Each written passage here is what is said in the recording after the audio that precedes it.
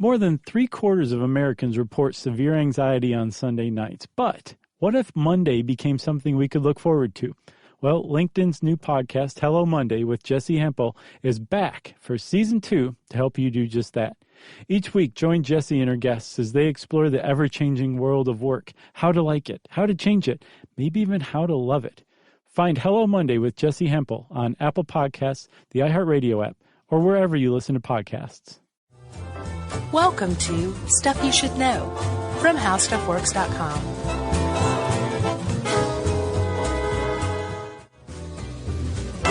Hey, and welcome to the podcast. I'm Josh Clark. There's Charles W. Chuck Bryant sitting across from me, back in the saddle. And this is Stuff You Should Know. Yo. Back in the saddle, eh? Yeah. You want to explain that? Or should we just leave it a mystery? The saddle? No, well. What the metaphorical saddle is in this case? Yeah. Well, we have been kind of away, even though it seems like we've been here every week. I know. Through the magic of digital recording. That's right, pre-recording. We batch recorded our episodes and covered ourselves. We built up what we call a kitty, and we've been releasing them steadily and faithfully while we've been off recording a TV show. Recording a TV show, that's right. Our own TV show where, and Yumi pointed this out to me, how cool this is, we play ourselves. Yeah. I think that's the only thing I'm qualified to do. Oh, yeah, totally. We would have failed miserably if we'd done, anything else. Like a Sherlock Holmes update or something like that. Oh, there's so many of those going on already. I know, so why not us? Yeah, why not? Elementary. Yeah. My dear Clark. Yeah. But yeah, we have a TV show coming out. I guess we can talk about it freely. We're done. Yeah, we'll really ramp up the pluggage come December, but look for it in January on Science Channel. Yep. And if you don't have Science Channel, go out and purchase Science Channel. Yeah, and we do not know, because I know people are already asking about online stuff, if they're going to be available, like, through various media outlets online. Yeah. We don't know yet. And we're working on that. We'd love for it to, but it's not up to us. Yeah, so, you have to hedge your bets and get Science Channel. Yes, add it to your cable subscription. And if your cable provider doesn't offer Science Channel, you burn down their offices. That's right. Until they do. That's right. Yeah, okay. So, Chuck. Yes. Have you ever heard of a little movie called Twilight? Yeah, I've seen all those. You've seen them? Oh, yeah. Emily's read the books, and she's way into it, so I have been sucked into it. That is very supportive of you. I don't think they're very good, but I must admit, I do want to see the final one, just because it's like, when you watch 4 of something, or however many it's been, 3 of something, it'd just be kind of weird to stop there. Gotcha. So I will see the last one. When does that come out? I think probably sometime around this published date. Oh, really? Yeah, I think it's a Thanksgiving or Christmas release. Gotcha. Yeah. Okay. Well, I bring that up to propose that that's the only time we talk about that franchise throughout this whole podcast. Sure. Agreed? Agreed. Because vampires, which is what we're talking about, they go back a very, very, very long way. Yeah. They've evolved. They've changed. They've shifted their shape. But they seem to all have certain characteristics in common, right? Yeah. For example, they can't see their own reflection. Well, not necessarily. Okay. If we go back to the ancient myths. Okay. They are wary of crucifixes. Crucifixes. Yeah. They only come out at night. Yeah, they're the undead. Yeah. Suck blood from a victim's neck. They have to be invited into your home. Yeah, garlic as well, holy water. Yeah.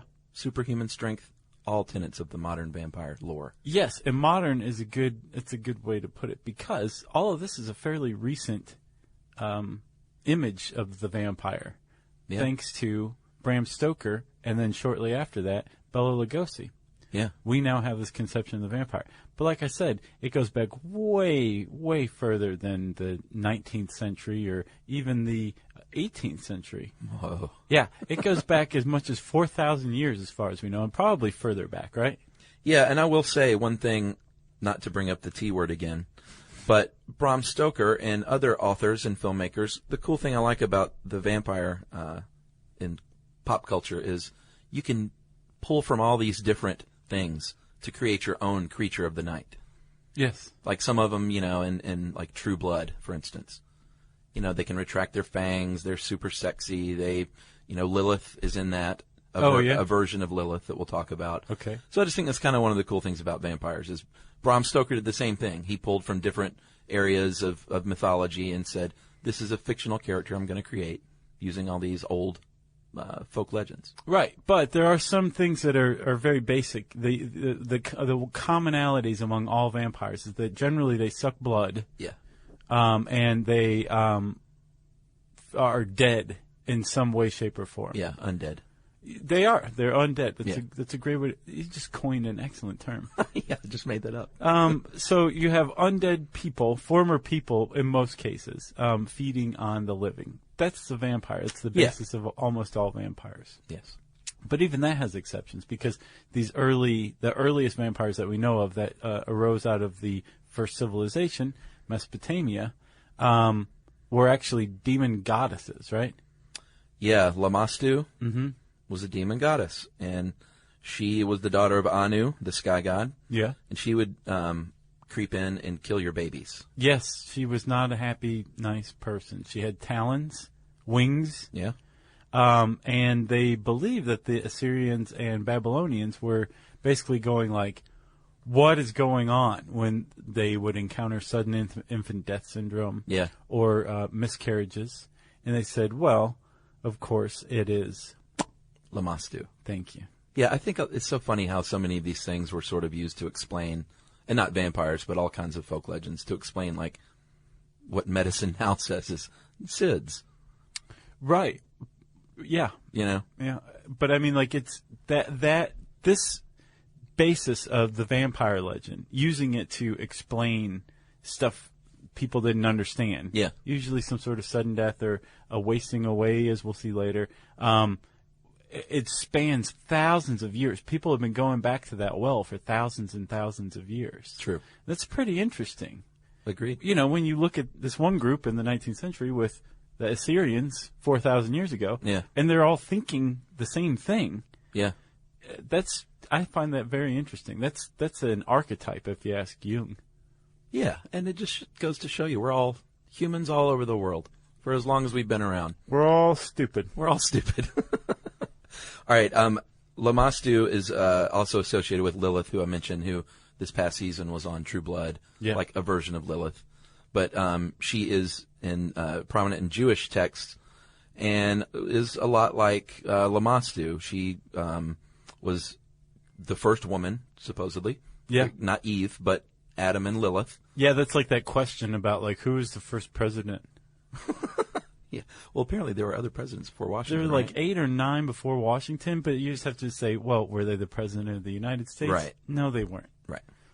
So Lilith was a modern woman, and she was like, Adam, I ain't putting up with this because I am just the same as you. I was created from God just like you are. Yeah. And so... stop acting like you're not made of dust. Exactly. So she left Eden, said, I'm out of here. I'm going to go have my own kids. Yeah. God sends angels to bring her back. She's like, no, I'm not going. And the angel said, all right, you think angels are nice? We're going to kill 100 of your children every day until you get back up to Eden or heaven. Yeah. And rather than say, okay, well, let's go back to Eden then, Lilith said, do it. And they did it. And so she started killing human children in return. That's right. Again, with sharp talons, a winged demoness, stealing infants and fetuses. And I find that extremely interesting, that the vampire legend is kind of born out of this this folklore of how you're supposed to be subservient to men. Right. That's very interesting to me. Yeah. Because there's this element of seduction that kind of was reinvented with vampires here or there. But it's one of it may have gone away in some areas, but it always came back. This idea that there was a woman or a person who didn't follow sexual mores. True. Whether that sexual meaning like intercourse or gender. Yeah. They didn't follow the rules, and that's kind of like another thing that's always kept the vampire legend going, or that's always been a part of it, I guess. That's a good point. Because Lilith does set up the notion of the seductress. We see over and over in further legends. Right. And then so Lilith is associated with ancient Jewish texts. Lamashtu is from Mesopotamia. Yeah. And they aren't certain if Lilith was a variation of Lamashtu or if they both evolved from a third character. Right. But those are the two most ancient ideas of vampires that we have. Shortly after that, we can head on over to Greece. Yeah. And they feared a lot of vampire-like creatures. Yeah, Lamia was another demoness, head and torso of a woman, lower body of a snake. Yeah. And evidently this was one of Zeus's mortal lovers. Yeah. Zeus's wife did not take kindly to this. Hera. And she was like, no, I'm going to make you go insane, lady, and eat all your children. Yeah. You're so crazy, you're going to eat your kids. And then come to afterward. That's right. And when she did, she went so berserk, not in the Viking way. Not berserker. No, just straight up berserk. Yeah. That she became a monster. Again, killing children. Yeah, because she was jealous of other women who That's right. had children. Who else? They also had the Empusae, Yes. the daughters of Hecate, who was the goddess of witchcraft. Yep, and they were shapeshifters for the first time, right? Right. So, like, you have all these different cultures contributing to the vampire that we understand today, here or there. And it wasn't just the Greeks, it wasn't just the Mesopotamians. You also had India getting into the mix. With the Rakshasa. Right. Which was basically like a ghoul.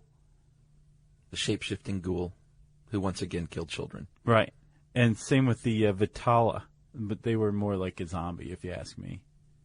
Yeah. A demon who took possession of recently dead bodies Yeah. to wreak havoc on the living. That's a It zombie. sounds like zombie. And then the Chinese also had their own thing. The Kuei. Kuei. Koi. Yeah, Sure. okay. You have to say it like that, though. Yeah. Yeah. Like the guy on NPR who always reports from China. Oh, does he He overpronounce? speaks normally, and then all of a sudden, Yeah. I mean, he's doing it accurately, but it's like a little bit like Daniel Day-Lewis doing Lincoln. It's like, yeah, that's accurate, but do you know what you sound like? I want to get rid of slavery. That was sort of like a jacked up Kennedy. That's weird. A little bit.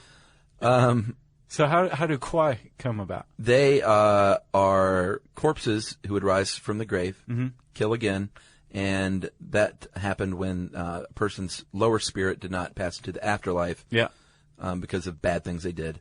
So the Poe was angered by that's this. the lower spirit. Yeah, and that would reanimate basically and say, you know what, I'm going to attack the living at night once again. Because what else do I have to do? Nothing. Well, it's a good way to exact revenge. Just have to hang around here and true. with the wheelbarrow. So all of these stories were floating around the world and eventually, through trade and things, Yep. wound up in Europe. Yeah, the first globalization, the Silk Roads, started bringing all these things together, and yeah, they moved over to Europe. And that's where they really sort of took off, Yep. I guess you could say. And in the place that became the epicenter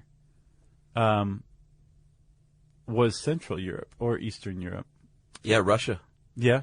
early on with the Upir, and again, Greek with the, oh boy, Rykolakis? Or Vikolakis? Yes, I think Rykolakis? One One of that's those is good. One of those. You can't start a word with 4 consonants. Right. One of them's got to be silent. Yeah, and this kind of like was an offshoot of the Chinese conception of how a vampire became a vampire. The Upir, which they think is the word that led to vampire or vampire, Yeah. was basically a person who during their life was a sinner, unbaptized baby, Yeah, which is really sad. a vampire baby. Yeah. That's kind of funny. And anyone who wasn't a Christian. Yeah, practitioners of witchcraft, especially, of Yeah. course, for obvious reasons. Because you'd already sold your soul to the devil. Yeah, So you were doomed. you're like halfway there. Right. So all of these factors combine to basically make you a loser in the afterlife, and you're going to come back. And families were, I guess, aware of this kind of thing. They knew that there was the possibility Yeah. that, Uncle Vigo, who had a big gambling problem, which the village looked down upon. Right, yeah. When he was alive. When he died, well, he was probably going to become an Upir. And so, if all of a sudden Uncle Vigo's nephews start dying in a weird way, Yeah. say of maybe a dread disease, the family would probably go dig up Uncle Vigo and do crazy stuff to his body. Yeah, and one thing to point out here, this is, I think, the first time with the Upir that we get the notion that they would go back to the grave to rest. Oh, yeah, it's a big one. On a regular basis, and that sets things up moving forward, kind of. Right. So, like you said, they would sometimes dig these bodies up, sometimes burn them, drive a stake through the heart. Yeah. They would really take care of this corpse. They would bury them face down sometimes. Yeah.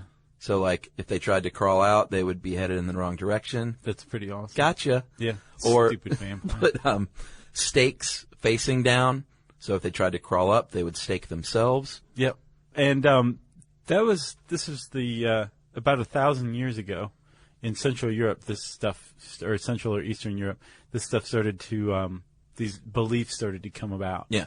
That you could solve your vampire troubles by butchering the corpse of the suspected vampire. Yeah. And it started then, and it carried on anytime there was a vampire panic, which, interestingly, almost always attended an outbreak of some sort of disease. Yeah, I could see that. Because once again, they're just trying to explain away Exactly. medical conditions. Right. People would dig up corpses and do crazy things to them. Like in Venice, they found a 16th century corpse that had a brick in its mouth. Oh, really? And they That was no realized, accident. No, it didn't fall in there. And then in the 1850s, there's this really cool article, Chuck, called "The Great New England Vampire Panic." Oh, yeah? It was on the Smithsonian website recently. It is awesome. And in the 1850s in Connecticut, there was a tuberculosis outbreak, and people panicked and started digging up graves and just completely rearranging the people's bones or cutting out their hearts and burning them and doing all sorts of crazy stuff. And this is the 1850s. Yeah. I mean, this wasn't the Dark Ages. People were starting to have an understanding of Sure. disease. Well, it's like the Salem witch trial, same deal. Right, but 200 years later, or 150 years later, you know? So there was this big panic still as recently as the 1850s in the U.S. among, folk who dug up their family members and, burned their hearts. Those people are funny. Yeah. I call them undecided voters. But those are right.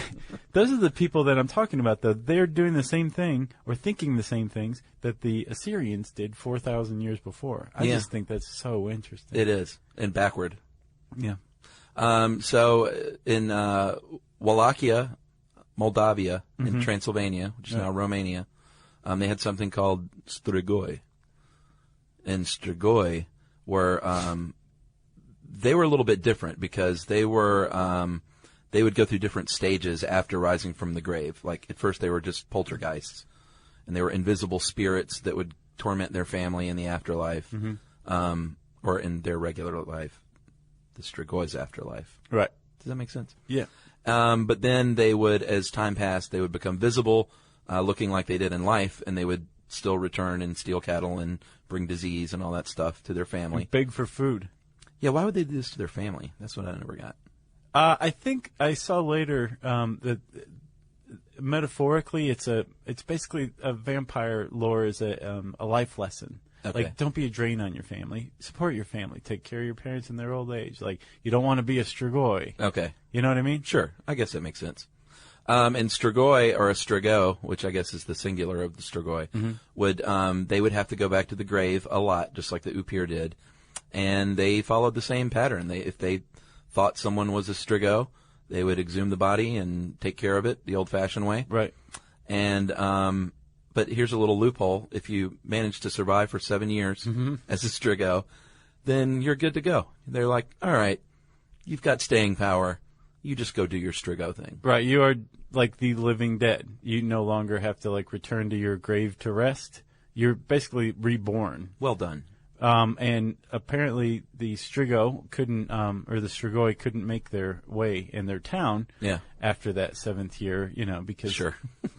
they weren't allowed to vote. There was all sorts of All the rights cattle that were mutilations. stripped. Right. So they would move to other towns and they would have secret meetings with other Strigoi, and that's where the idea of vampires fraternizing came from. Yeah, hanging out, Yeah. talking shop. Yeah. Basically, a secret culture of vampires existing outside of our awareness. Yeah, remember like on Jerry Springer when that was on, or it might still be on. I have no idea. I think it is. Is it really? Yeah. Wow. Is it still the same crap? Oh, yeah. Yeah. He didn't take the high road at some point? No. I just remember back in the day they would have like those real vampires, the people that live the vampire lifestyle. There's a video of it in this Is there? in this article. Oh boy. Yeah. Those people. Yeah. The guy looks like a cross between Marilyn Manson and Brandon Lee. Oh yeah? Yeah. Interesting. Kind of odd looking. He's got the contact lenses and everything going Yeah, on. and they'll shave down their fangs like for real, right? They'll file them down. Yeah. Hey man, let's talk about Best Buy and the fact that they are the one-stop shop for Verizon. Yeah, man. So if you want to find your perfect phone and you want to activate it on Verizon, you can get it all for a great deal at Best Buy. That's right, man. Those Best Buy blue shirts know the phones and plans inside and out. They're going to help you get the plan and phone that's just right for you, then get it activated so you can walk out of that store with it up and running. Yeah, and if you need tips or help with your purchase, they have Geek Squad experts available to give you peace of mind. Find the plan that's right for you on the Verizon network. You don't need to run all over town, everyone, to find what you need. Just go to a Best Buy store. Visit bestbuy.com/Verizon for details. So there's two types of Strigoi, right? You've got the Strigoi Mort. Not Morty. No. Mort as in dead. Yes. So this is basically who we were just describing. And then the Strigoi View, which is the person who's going to become a Strigo when they die. Yeah, people that I feel very sorry for because they were probably just born with a bump. What are those called? When you're born with I was like really just racking my head. the vestige, like a partial tail. Yeah. Vestigial tail. Yeah, that's what it is. No, there's a word for it. I can't remember. I'm so tired of doing this. Well, let's call How it many hours have we wasted combined saying, "Oh, I wish I could remember it." Well, we just invented this off the top of our head, so don't beat yourself up. Atavisms. Yes, exactly right. Atavisms. So- Ativan is some sort of drug. Yeah, it is actually. So if you're a poor baby born with a vestigial tail, a little bump on the top of your tailbone, Or some sort of fetal membrane still attached to the head, which is called a caul. yeah, they would just call you a Strigoi view or vu. Right. And you were sort of like, sorry, I was born with this bump. I'm not a vampire walking on the earth. They said, no, you are. Right. And if you have kids, then they're going to be Strigoi in the afterlife, and we'll have to destroy your body when you die. And they did. And they did so. But I guess it's kind of nice that they didn't just kill the person while they were living. They just shunned them, I'm sure. Yeah, exactly. The idea of a call, like having some sort of special significance, it goes beyond the vampire thing too. Like, Oh, I'm sure. Like you're gifted with a second sight, or there's all sorts of like supernatural, paranormal folklore surrounding people born with a call. Huh. Once again, people have proven to be stupid over the years. So, But this is where vampire came in, right? yeah, the Strigoi, started to come to be called the vampire, which is again from upir in the Russian. And all of a sudden, the stage is set for the vampire legend to really take hold as it's taking shape. Yeah, and like this is where pop culture came into play. Hysteria had set in, and so painters and artists and authors had this material that's pretty rich for the time. Right. All this hysteria is going on, so let's write a scary book about it. Yeah. And that's what Bram Stoker did. Yeah, and he was. Are you going with Bram? I go with Bram. You go, Bram? Yeah. Have you ever read it? No, I saw the movie though. I took it I heard the movie was a pretty faithful adaptation. With the Coppola one? Yeah. Yeah, it was pretty good. Yeah. The book is great, though. I took a literature of horror class at Georgia. Oh, neat. And it was one of the cooler classes I took. I'm sure. We did Dracula and Frankenstein and The House of Usher and then a bunch of short stories. Yeah. Very cool. So Bram Stoker, also Abraham Stoker. Yeah. Which I didn't know until I read this. Did What, you know that that? was his first name? Yeah. Yeah, just because of the class. He was a theater manager and a novelist and also a really great researcher. Yeah. Because, all this stuff from this vampire, Hysteria. yeah, panic, from all this took place like hundreds of years before him. So, and I guess I don't know what inspired him exactly or where he saw it or where this all took place, but he didn't just go, oh, that's a pretty good idea and wrote his book. Like, he went and did some serious research. Yeah, supposedly he was inspired by, he was a personal assistant to this actor who ran the theater that he worked at. Okay. And supposedly Henry Irving was the guy's name, was the inspiration to write the book. And I don't know if that meant he was some jerk. And he was like, I'm just going to personify you as a bloodsucker. Right. Or what, or maybe he just inspired him creatively, who knows. Right. But I bet someone knows more about this than I do. Oh, I'm sure. So write in and tell me. So Bram Stoker goes and he starts to do some research and pokes around and he finds a great place to set this vampire tale is in Transylvania, which is the heart of the Strigoi vampire. This is where everything that we just talked about came together. Wallachia, Transylvania, Romania is what we call it today. Yeah. And he thought, well, this is just perfect. I'm going to set it there, and let's see if I can find somebody of that area who I can base this vampire character on. And he came up with a guy named Vladislav Bazarov. Yeah, that's a creepy name, period. Yeah. But it would be even creepier. He was a prince, ruled Wallachia in the mid-1400s. Mm-hmm. Creepier is that his father was Vlad Dracul, Vlad the Dragon, or the Devil. Mm-hmm.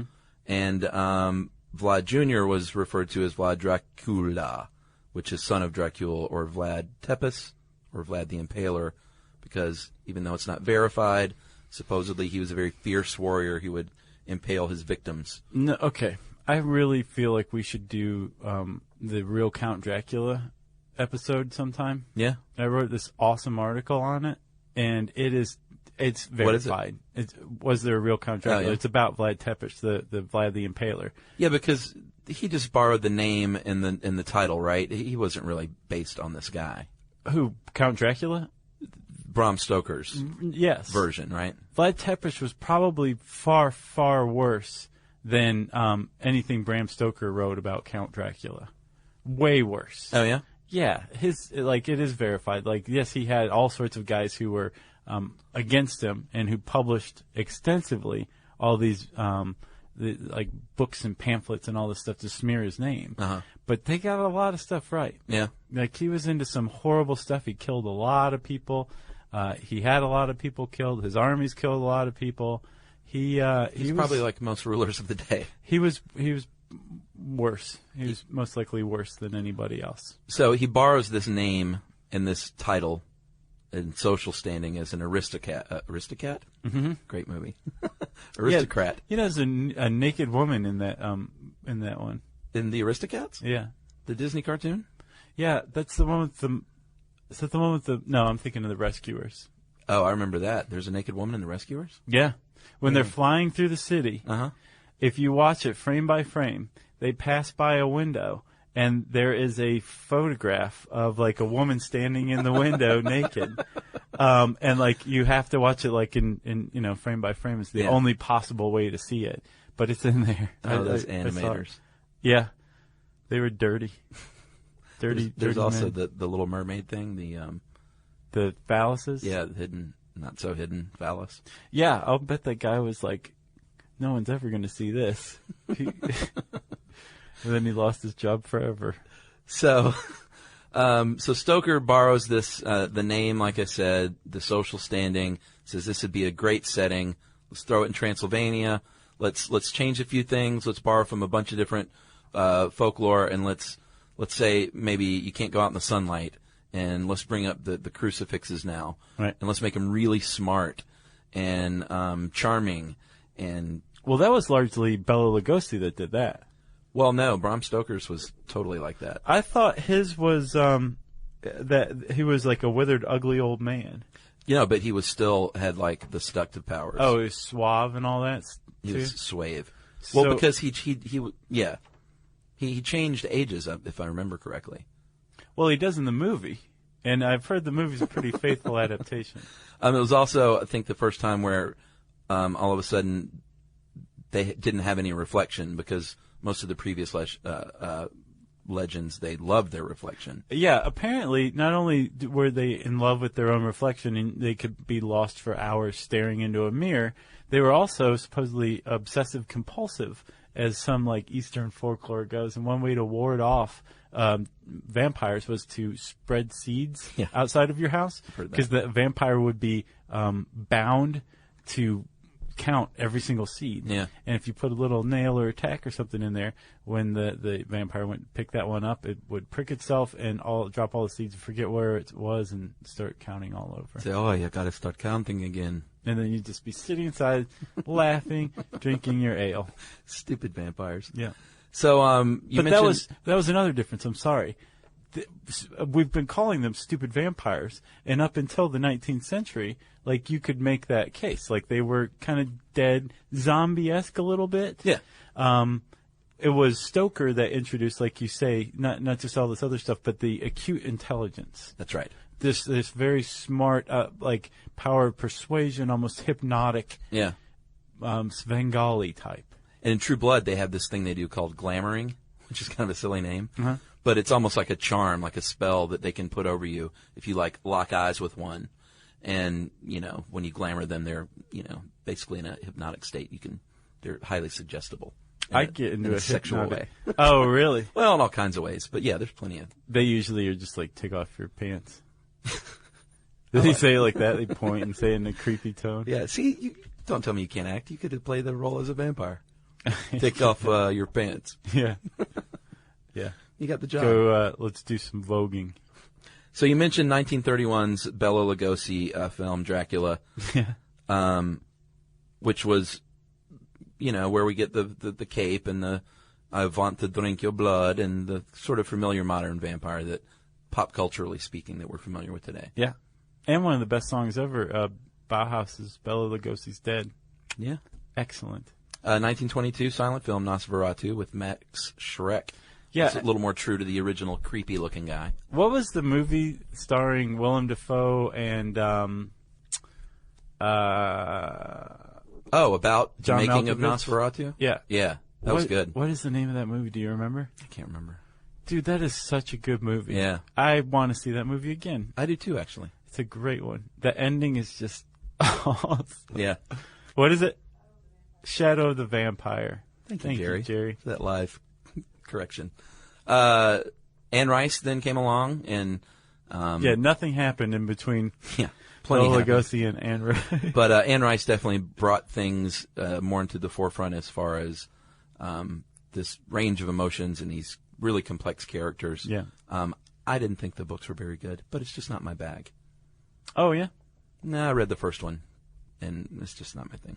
Okay. Yeah. I mean, I'm not saying it was not good. It's just not my thing. I'm with you. Buffy the Vampire Slayer, of course, classic.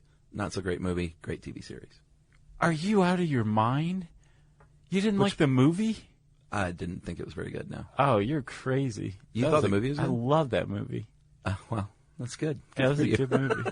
Yeah, I thought it really became itself when the cast changed and the...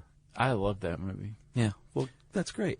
Have you seen that South Park where like all the kids start becoming like vampires? All the good kids, it's like very trendy and hip to be like a vampire and to give yourself a new name and everything. And they drink Clamato. Oh, I love Clamato. Yeah, you're in the minority, buddy. That's the secret to my famous Bloody Mary. I know, you've told me. Yeah. It's a good South Park, Chuck. I'll check it out. Where are we now? Should we talk about psychic vampires a little bit? I guess. All right. These are people in modern times that claim that they crave and feed on others' energy, their psychic energy. Mm-hmm. And they claim to be vampire-ish or vampiric. Vampire-esque. Vampire-esque, in that they will not, if they do not do this, then they will not feel like they have fed on, sustenance. Like that is their sustenance, is other people's psychic energy. Gotcha. And it also goes back, it's, modern people claim this, but it goes back, thousands of years, this phenomenon does. It's nothing new. Well, I actually think that it may have given rise to vampire lore as we understand it now. Yeah. And it's also a metaphor if someone, someone can call someone a psychic vampire if they're just a drain as a person. Yeah. You know those people. Oh, I do. I do. Energy vampires. That's right. Not to be confused with the other kind of energy vampire, which is like your coffee maker. Yeah, these things that are left on all night. So there's we kind of touched on it earlier, the idea of why, where we would have gotten vampire legends. People use it to explain a phenomenon that we didn't understand before there was such a thing as like germ theory, right? Right. So you have like Lamastु being blamed for SIDS and miscarriages, that kind of thing, right? Yeah. And then you have a couple other diseases that we've come to understand that they're like, you know what? We've never really definitively linked this to vampire lore, but I'll bet you this gave rise to it. It probably didn't help the So case. like what? Porphyra? Is that how you pronounce that? Porphyria? Porphyria? All right. We'll go with that. Have you ever seen The Others? Nicole yeah. Kidman? Oh, is that what those kids had? Yeah. Okay. All right. That makes sense. It's a rare disease. Irregularities in the production of heme, which is in hemoglobin. Heme. Yeah. I like heme. That thing got a heme? That's an engine, yeah. And basically what you're going to be sensitive to sunlight. You're going to have bad stomach pains. Mm-hmm. You may be delirious. Back in the day, one prescription may have been to drink blood. So I would say that's probably a dead giveaway right there. And have you seen pictures? Yeah. Of people stricken with this? Creepy looking. Yeah. Their teeth can be like red or black, and their gums can be red and black. And, which is, I think, probably another reason why they linked that to that. And it's hereditary, so there were places where there was more of this happening than other places. Right. Which would also lend itself to the whole vampire thing. And feeding on your family. Yes. Same with tuberculosis. Like when people were kind of spread out, except your family, and there were 19 of you, and you all lived in one house. Yeah. If one of you had TB, probably the rest of you were going to catch TB, and a lot of you were going to die from it. Yeah. And whoever was the first one to die of this was probably the original vampire who was feeding on the other, and you're probably the one who's going to be dug up and have your heart cut out and burned. Yeah, but at that point, who cares? And then there's another disease called catalepsy, which is associated with epilepsy. Yeah, this one is freaky. Did you ever see that Twilight Zone where, I can't remember what actor it was. It may have been the professor from Gilligan's Island. Oh, yeah? Where he's in a car wreck and he's paralyzed. And the whole thing is just him talking to himself in his head, like he's begging these people, to not bury him. Wow. Because he's not dead. And it's a great episode. So is he cataleptic?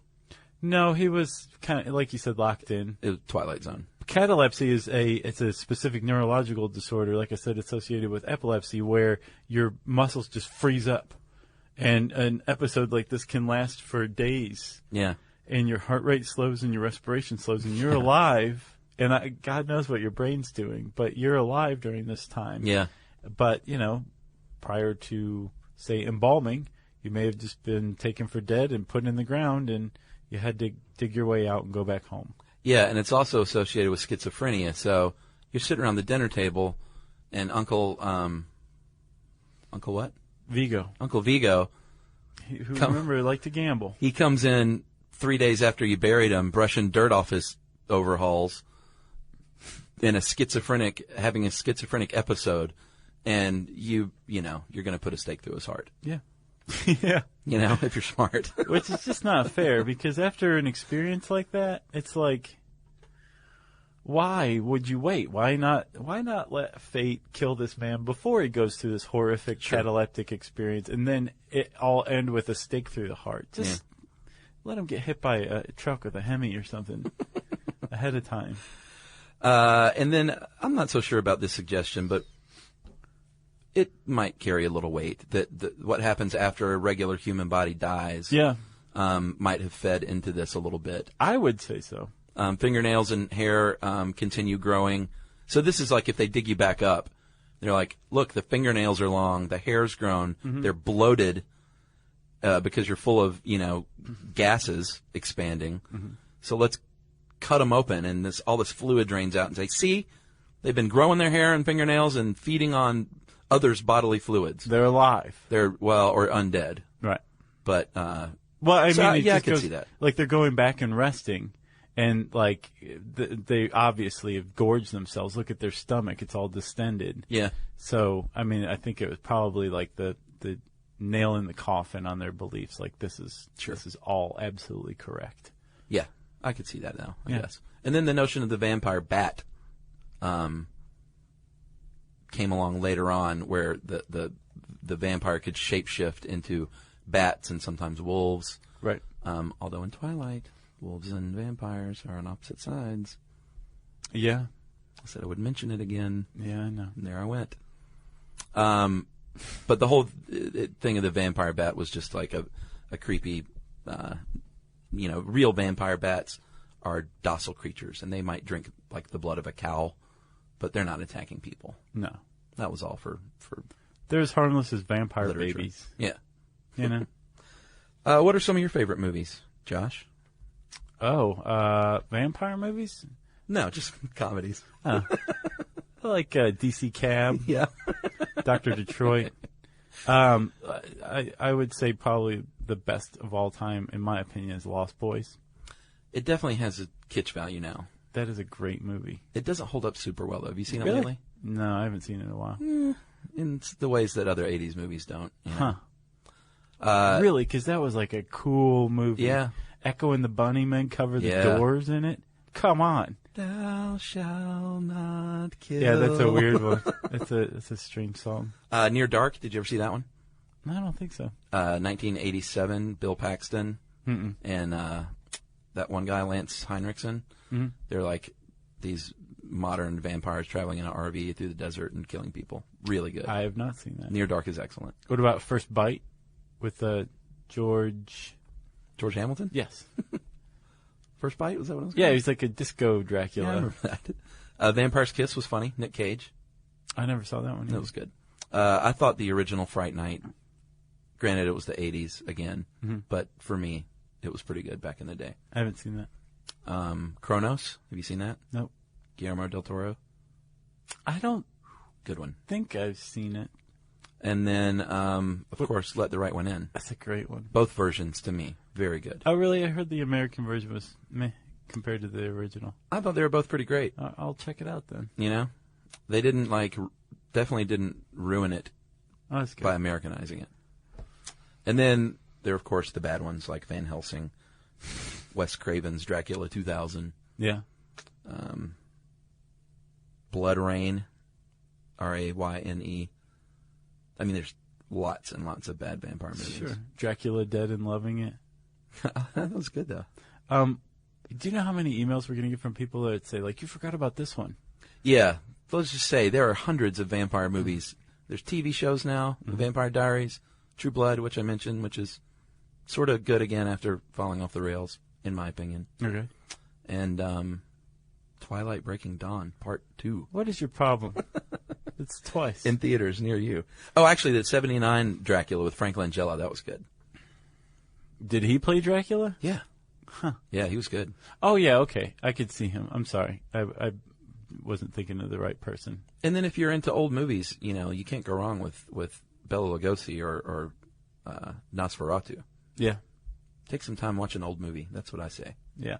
That's pretty much your life coaching. Is it? I think so. Okay. Take some time and watch an old movie, says Chuck. Yeah. Watch something in black and white for a change. Hey, also, while we're on this kind of scary-esque topic, you want to plug somebody real quick? Yeah, I think we have another horror fiction dude selling his stuff, right? Right. As we said, we would plug people who send in their stuff for our horror fiction contest and who went on to publish stuff. And one of the guys, Christopher Kelly, who wrote the very cool short story Variable, took us up on that. And he says that he has a creepy novella about two boys whose father tries to kill them called Abraham Road, not Bram Road. He says that it's what would have happened if H.P. Lovecraft rewrote Of Mice and Men, which is pretty awesome. Yeah. It's available on Kindle. You can go find that on Amazon.com, Abraham Road ebook. And then he also has a collection called I Held My Breath as Long as I Could, 23 stories of the strange, the sinister, and the literary. And you can get that on Amazon as well. So check those out. Christopher Kelly, thanks for sending in your work. We liked it a lot. And remember, anybody else who has published and entered our horror fiction contest, we want to say thanks by letting everybody know about your stuff. Agreed. What actually makes a better toothbrush? Industrial strength power or claims of miraculous trendy ingredients? If you ask your dentist, they'll tell you it's less about the brush and more about how you use it. And we're talking about Quip, which is what I use to brush my teeth because I love it. They have sensitive vibrations. They have a built-in timer, which I really need because it really guides that gentle brushing for what dentists recommend, which is 2 minutes with 30-second pulses, ensuring an even clean. Quip automatically delivers brush heads to you every 3 months, too, for clean new bristles right on schedule. And their sleek, intuitive design is simple to use and comes with a travel cap, too, that doubles as a mirror mount. Listen to this, people. It starts at just $25. You'll get your first refill for free at getquip.com/stuff. It's a very simple way to support our show and start brushing better. But you have to go to getquip.com/stuff to get your first refill for free. Head on over right now to getquip.com/stuff.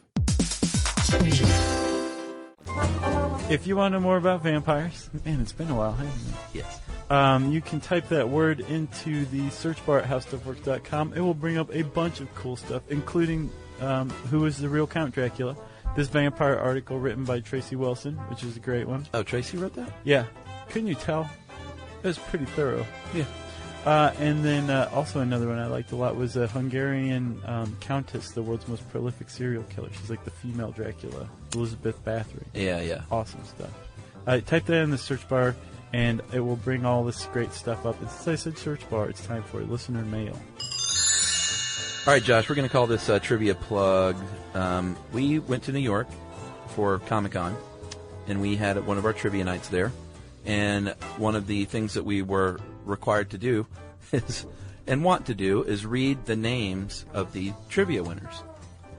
And so I got emails from them and the runner-up team, Yeah. because they were cool, and I'm going to read them all. This is from the winner, Kyle Janish, or Janish. I'm not sure how you pronounce that. Thanks, guys, for hosting the event. As an avid SYSK listener, our team, Steve Holt, had a great time. Their team name was Steve Holt. Yeah, I remember. We were made up of mainly former Midwesterners, which gave us a good advantage in the Great Lakes question. We had 3 girls in fashion, Caitlin Grummel, Monica Lang, and Amy Geidel. We also had 3 teachers, Dan Farrell, Michael Rakowski, and myself, Kyle Janish, and my twin, who does social work, Mike Janish. Yeah. And my friend who seems to always be working for a pyramid scheme, Micah Sterling. So those were the winners there. And he says the fashion expertise did not come in handy this time, but we were prepared for anything except for the Kevin Smith movies category, which I wasn't a fan of. It was rough. They were far behind coming in the last question, but wagered it all and won. It's crazy. That's how it goes at one of our trivia events. Yeah, so Kyle and his brother Mike, remember meeting them? They were buddies with Joe Randazzo. Yeah. And he says, thanks for hosting and thanks for the sweet T-shirts. Yeah. And then the runner-ups. Runners-ups. Sorry, the Ghost of William Sapphire just ran through me. Thanks for hosting the super fun trivia night at the Cutting Room. And boy, by the way, thank you, Cutting Room. Yeah. That place is amazing and very generous in hosting us. And it is back up and running after like redoing the inside, and it is really nice. So give them some love if you live in New York. I'm a longtime listener, 4 years of pure love, and I recently got my boyfriend David hooked as well. And it has been a nerdy bonding experience for us. Anyway, we decided to come up from Virginia. We came up from Virginia for this. That's a long drive. We met some awesome people in line and formed Team Phil. Our lovely teammates were Paul Nagowski, Leah Tallman, Jen Nelson, Charlie Tran, David Burry, and 2 others who skipped out early, and myself, who is Natalie David. And Natalie is the one who brought us the Mike's On, Pants Off t-shirts. Oh, yeah. Thank you for So those. not only was that super nice, but they sat in the table next to us, and I was able to talk a lot of smack with them. And so I said I would read about them on the show. That's just how it goes at one of our trivia events. We bring people together. Chuck talks smack like directly to you. Yeah. It's a lot of fun. So Natalie David says thanks a lot and cheers, and I hope you enjoy the shirts and all that good stuff. Yeah. We met the Convo Kings, who we've been in touch with. That's right. They have a podcast of their own called appropriately the Convo Kings. Very nice guys. That's worth checking out too. Yeah. So Chatting it with was them. great fun meeting everyone, and it's always fun. I enjoy rubbing elbows like that. Nice people. Yeah. What else? I got nothing else. All right. If you have had a good experience because of stuff you should know, whether it's at one of our trivia events, standing in line for one of our trivia events, or nothing at all, you can tweet to us, right, at SYSK Podcast. You can join us on Facebook.com/Stuff You Should Know. You can send us a good old-fashioned email to stuffpodcast@discovery.com.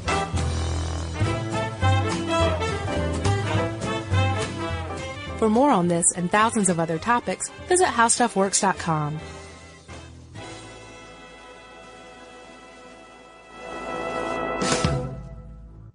From finding the perfect phone to activating on Verizon, you can get it all for a great deal at Best Buy. That's right, man. Those Best Buy blue shirts know the phones and plans inside and out. They're going to help you get the plan and phone that's just right for you, then get it activated so you can walk out of that store with it up and running. Find the plan that's right for you on the Verizon network. Visit bestbuy.com/Verizon for details.